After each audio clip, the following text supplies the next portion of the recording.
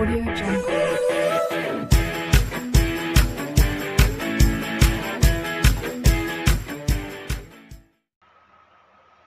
So now today I am going to start TGT Science Lecture 5. अब ये previous year के question हैं, ये जो है 2016, ठीक है, इसमें ये वैकेंसी निकली थी और इसका जो एग्ज़ाम हुआ था ये हुआ था 2019 में, ठीक है।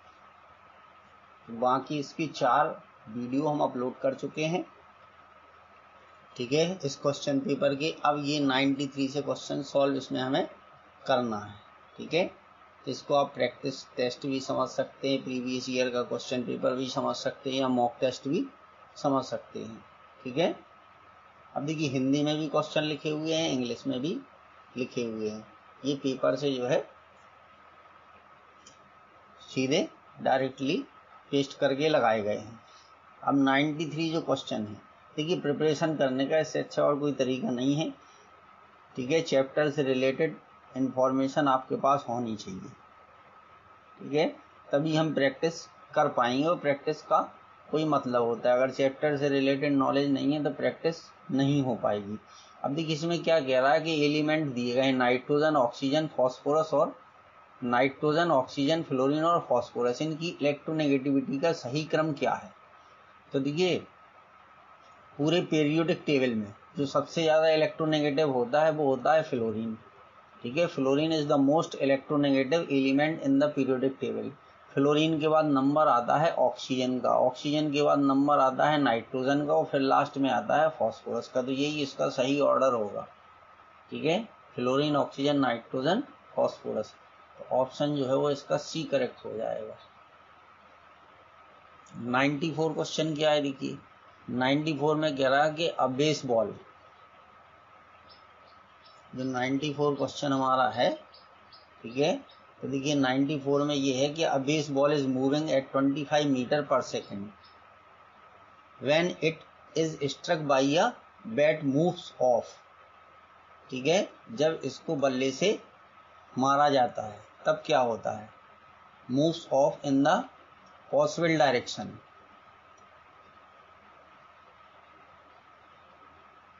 यानी 93 का देखिए ऑप्शन अब आपका करेक्ट था सी।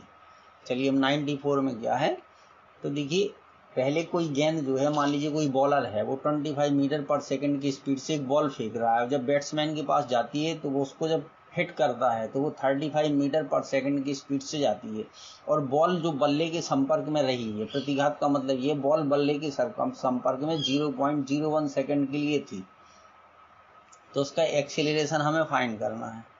तो ए बराबर होता है B minus U upon T, ठीक है। तो देखिए u कितना था, u था 25 मीटर पर सेकंड और चूंकि बॉल अपोजिट डायरेक्शन में गई तो b हो जाएगा -35 मीटर पर सेकंड, ठीक है, ये हो जाएगा। तो अब ये क्या होगा, -35 -25 अपॉन, और बॉल कितनी देर के लिए संपर्क में रही थी, 0.01 इतने सेकंड के संपर्क में, तो 0.01। अब इन दोनों का 30 20 50 60 यानी -60 अपॉन 0.01। जब इसका डेसिमल हटाएंगे तो 2 जीरो ऊपर आ जाएंगे, तो ये हो गया -6000 मीटर पर सेकंड स्क्वायर, ठीक है। तो इसका ऑप्शन जो है वो बी ऑप्शन करेक्ट हो गया। ये 93 94 इस तरीके से क्वेश्चन भी इसमें इसी तरीके के आते हैं कि 1 मिनट में मतलब सॉल्व हो जाए अगर आपने प्रैक्टिस की है। अब 95 में देखिए क्या है, ये है नाइट्रोजन, वो नाइट्रेशन ऑफ बेंजोइक एसिड, ठीक है। जो बेंजोइक एसिड होता है C6H5COOH, ठीक है, या इसको इस तरीके से लिख देते, बेंजीन रिंग के ऊपर COOH हम ऐड कर देते हैं। तो nitration of benzoic give following major product. अब देखिए जो C6H5COOH है तो इसमें जो COOH ग्रुप होता है, COOH जो ग्रुप होता है ये होता है इलेक्ट्रॉन विड्रॉइंग, जो इलेक्ट्रॉन विड्रॉइंग ग्रुप होता है, ठीक है। तो ये आर्थो और पैरा स्थिति पर, देखिए ये वाला आर्थो स्थिति है, ठीक है, और ये पैरा स्थिति है। तो ये आर्थो और पैरा स्थिति पर जो है इलेक्ट्रॉन डेंसिटी या इलेक्ट्रॉन घनत्व ठीक है, इलेक्ट्रॉन डेंसिटी या इलेक्ट्रॉन घनत्व को कम कर देता है। ठीक है, क्या करता है, कम कर देता है। तो इसलिए ये मेटा डायरेक्टिंग होता है। यहाँ पे देखिए हमने लिख भी रखा है कि मेटा निर्देशी समूह यानी मेटा डायरेक्टिंग समूह, इलेक्ट्रॉन आकर्षी समूह, आकर्षी का मतलब विथड्रॉइंग, SO3H COH NO2 की उपस्थिति के कारण बेंजीन नाभिक की आर्थो एवं पैरा स्थिति पर इलेक्ट्रॉन न्यून यानी इलेक्ट्रॉन डेंसिटी को कम कर देता है। ठीक है, और ये इलेक्ट्रॉन स्नेही यानी इलेक्ट्रोफिलिक सब्स्टिट्यूशन रिएक्शन है। ये कौन सा होगा, इलेक्ट्रोफिलिक सब्स्टिट्यूशन रिएक्शन है। तो ये मेटा नाइट्रोबेंजोइक एसिड प्रोवाइड करेगा। ठीक है, यानी अगर हम बेंजोइक एसिड इसका हम नाइट्रेशन कराएं, ठीक है, यानी इसकी रिएक्शन हम अगर HNO3 से कराएं और किसकी उपस्थिति में, H2SO4 की प्रेजेंस में, ये प्रोडक्ट हमें मिलेगा COOH, और यहाँ पर थर्ड पोजीशन पे ये लग जाएगा NO2। तो मेटा नाइट्रो बेंजोइक एसिड बनेगा। इसका ऑप्शन बी जो है वो करेक्ट हो जाएगा। ठीक है, अब देखिए 96 में क्या दिया गया है,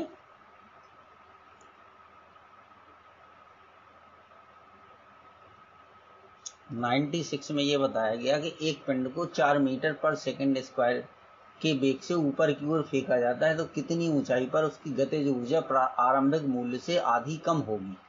ठीक है, ये कह रहा है कि एक पिंड को 4 मीटर ऊपर फेंका जाता है, तो हम इसमें ये मान लेंगे कि माना h ऊंचाई पर, ठीक है, इसकी गतिज ऊर्जा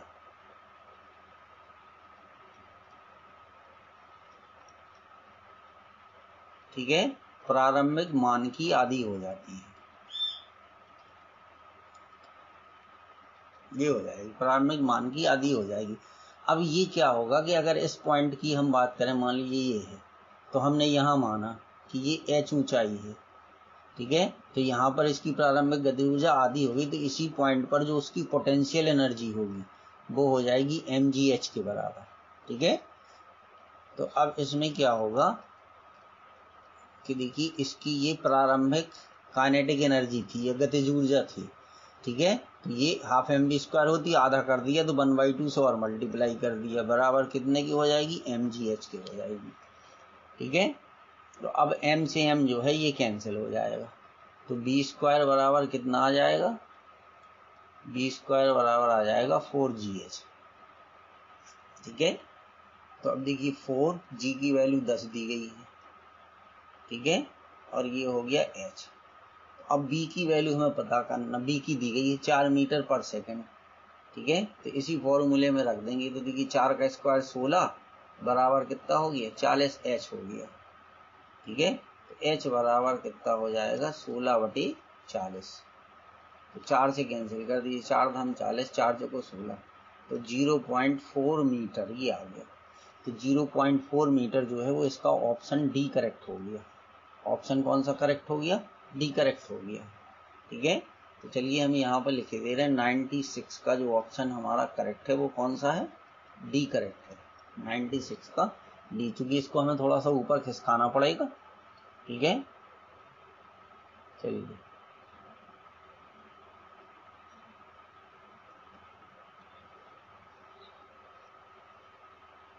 अब देखिए 97।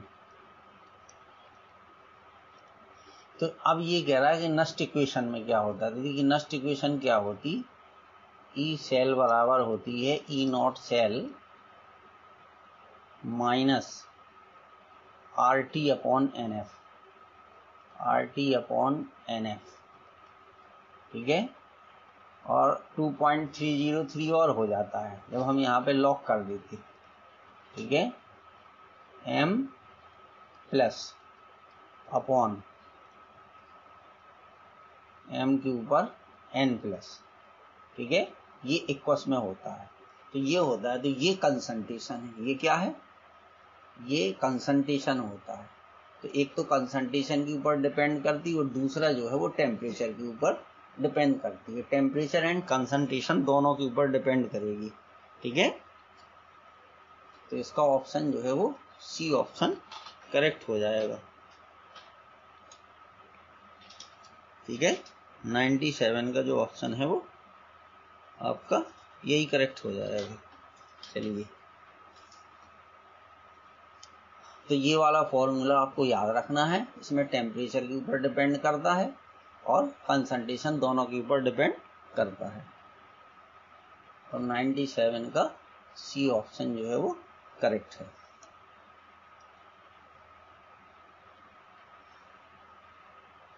अब देखिए, ये जो है 98, 99 और 100। चलिए, ठीक है, तो अब एक मिनट, थोड़ा सा इसको हम सही कर लें।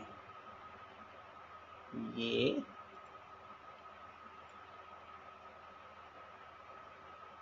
चलिए 98, 99, चलिए हो जाएगा इतने में, हटा, ठीक है, कोई दिक्कत नहीं। थोड़ा सा और इधर खिसका दें हम इसको।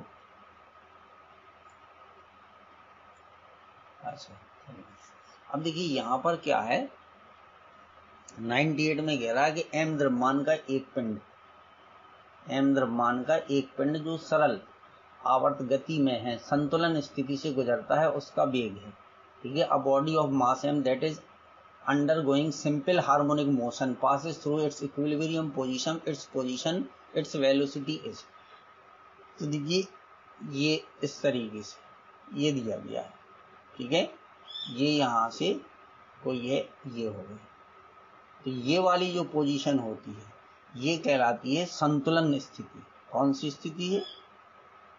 ये संतुलन की स्थिति है। इसी को हम कहते हैं इक्विलिब्रियम पोजीशन। क्या है? ये इक्विलिब्रियम पोजीशन में है। ठीक है, तो इस पोजीशन में क्या होता है, उसका जो वेग होता है, उसकी जो वेलोसिटी होती है वो मैक्सिमम होती है। उसकी वेलोसिटी कैसी होगी? मैक्सिमम होगी। ठीक है, उसकी वेलोसिटी क्या होगी? मैक्सिमम हो जाएगी। अब देखिए, मैक्सिमम ये होता है क्योंकि u जो होता है, u बराबर होता है ओमेगा अंडर रूल ए स्क्वायर माइनस वाई स्क्वायर। ठीक है, अब इस वाली पोजीशन में कोई डिस्प्लेसमेंट नहीं होता। ये संतुलन की स्थिति के लिए क्या होती है कि y की वैल्यू 0 हो जाती है, कोई डिस्प्लेसमेंट नहीं होता है। तो जब डिस्प्लेसमेंट नहीं होता है तो ये हो जाएगा, तो u मैक्सिमम बराबर ये हो जाता है a ओमेगा। ठीक है, कितना हो जाता है? a ओमेगा हो जाता है। जब ये वैल्यू 0 होगी, अगर ये वैल्यू कुछ होती तो इसमें से सबट्रैक्ट करना पड़ता, तो इसलिए वेलोसिटी क्या होती? कम हो जाती। तो इसलिए इस पोजीशन में जो वैल्यू होती वो मैक्सिमम होती है। ठीक है, तो ये आ जाएगा इसका, यानी 98 का जो ऑप्शन है वो बी है।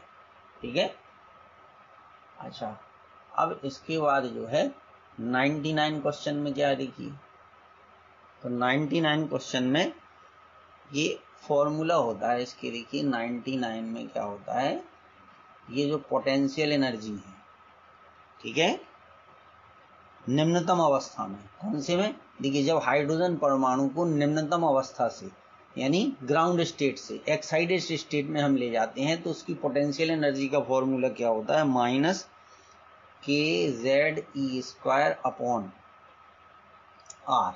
ठीक है, और उसकी जो काइनेटिक एनर्जी होती है, तो काइनेटिक एनर्जी जो होती है उसमें kZe² और बस अंतर इतना होता है, R की जगह 2R होती है। ये माइनस में होती है, ये प्लस में होती है। ठीक है, तो अब देखिए, जब ग्राउंड स्टेट से, ये मान लीजिए ग्राउंड स्टेट है और ये हमारी एक्साइटेड स्टेट है, तो जब यहां से यहां जाएंगे तो हम क्या होगा? R हमारा इंक्रीज होगा, R इंक्रीज होगा। ठीक है, तो R बढ़ने के कारण पोटेंशियल एनर्जी कम होगी, लेकिन पोटेंशियल एनर्जी माइनस में होने के कारण क्या होती है? पोटेंशियल एनर्जी बढ़ेगी। ठीक है, पोटेंशियल एनर्जी कम होगी, तो पोटेंशियल एनर्जी कम होगी, लेकिन ये माइनस में है, तो माइनस में जो कम वैल्यू होती है वो अधिक होती है। तो इसलिए हमारी जो पोटेंशियल एनर्जी है वो क्या होगी? इंक्रीज होगी। पोटेंशियल एनर्जी इंक्रीज होगी। और जो काइनेटिक एनर्जी है, क्योंकि आर दोनों के लिए सेम है, ठीक है, तो आर जो होगा, क्योंकि यहाँ पे आर की वैल्यू बढ़ेगी तो काइनेटिक एनर्जी क्या होगी, घटेगी, तो पोटेंशियल एनर्जी इंक्रीज होती है और काइनेटिक एनर्जी जो है वो डिक्रीज होती है, ठीक है। तो इसका पहला वाला ऑप्शन जो है 99 का पहला वाला ऑप्शन इसका करेक्ट हो जाएगा, ठीक है। 99 का कौन सा करेक्ट हो जाएगा, ए ऑप्शन करेक्ट हो जाएगा। तो पोटेंशियल एनर्जी बढ़ती है और काइनेटिक एनर्जी घटती है, ठीक है। अब देखिए ट्रांजिशन मेटल के बारे में दिया है, जो संक्रमण धातु हैं या इनको ट्रांजिशन मेटल भी कहते हैं, तो ये कॉम्प्लेक्स कंपाउंड बनाते हैं, संकुल यौगिक, ठीक है, या जटिल या संकुल बनाते हैं। क्यों बनाते हैं, क्योंकि इनका आकार छोटा होता है, ठीक है, और इनमें डी ऑर्बिटल उपलब्ध होते हैं और इनके चार्ज जो है बड़े आयनिक आवेश होते हैं। तो इसमें से सभी ऑप्शन इसके करेक्ट हैं, ऑल द अबव, ठीक है। तो 100 का जो है वो डी ऑप्शन करेक्ट हो जाएगा। चलिए तो यहाँ 100 तक जो है काफी है, तो ये 100 तक आपको इस तरीके से करने चाहिए, बाकी हम आपको नेक्स्ट वीडियो में बताएंगे। ओके।